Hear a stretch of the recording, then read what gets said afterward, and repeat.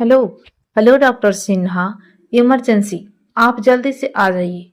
अपनी patient serious हो गई है।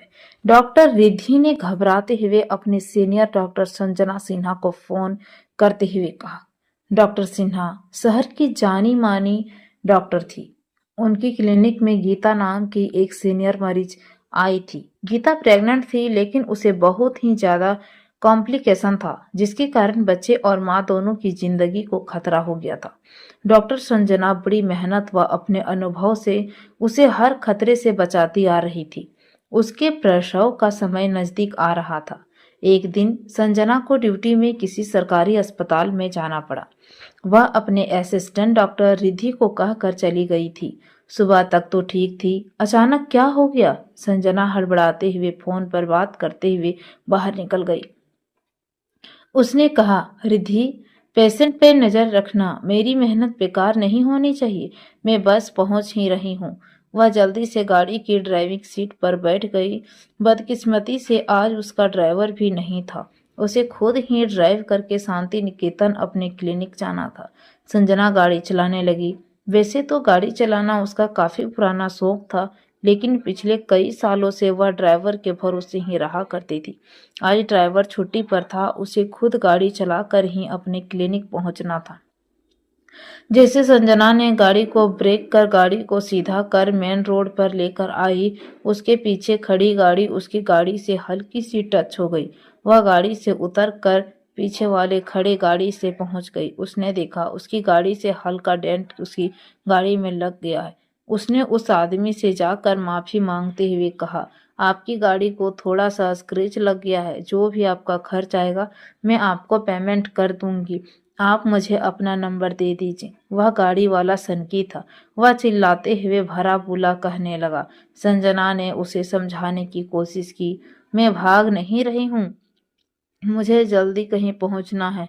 आपकी गाड़ी में जितना भी खर्च लगेगा मैं उसका खामियाजा भरने के लिए तैयार हूँ। प्लीज आप मुझे जाने दीजिए। लेकिन वह व्यक्ति वहां लोगों का हुजूम तैयार कर लिया और उन लोगों ने डॉक्टर के साथ बदसलूकी भी शुरू कर दी। संजना बहुत टेंशन में थी। उसके हाथ जोड़ा और कहा, प्लीज मेरे पेशेंट बहुत खतरे में है, मुझे जाने दीजिए।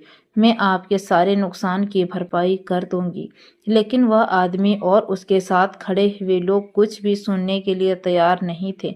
संजना को मारपीट करते हुए उन लोगों ने उन्हें जख्मी कर दिया।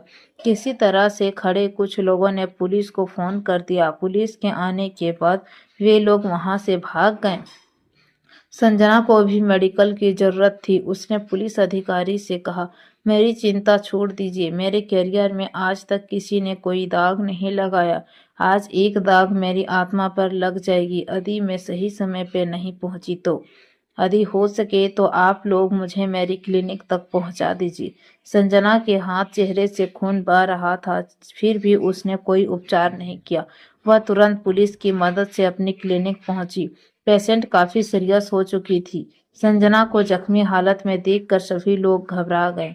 वह फर्स्ट एड लेकर डिलीवरी रूम में घुस गई। पहली बड़ी बारीकी से उसने गीता की सारी रिपोर्ट पर ध्यान देने के बाद जुड़वा बच्चों को जन्म कराया।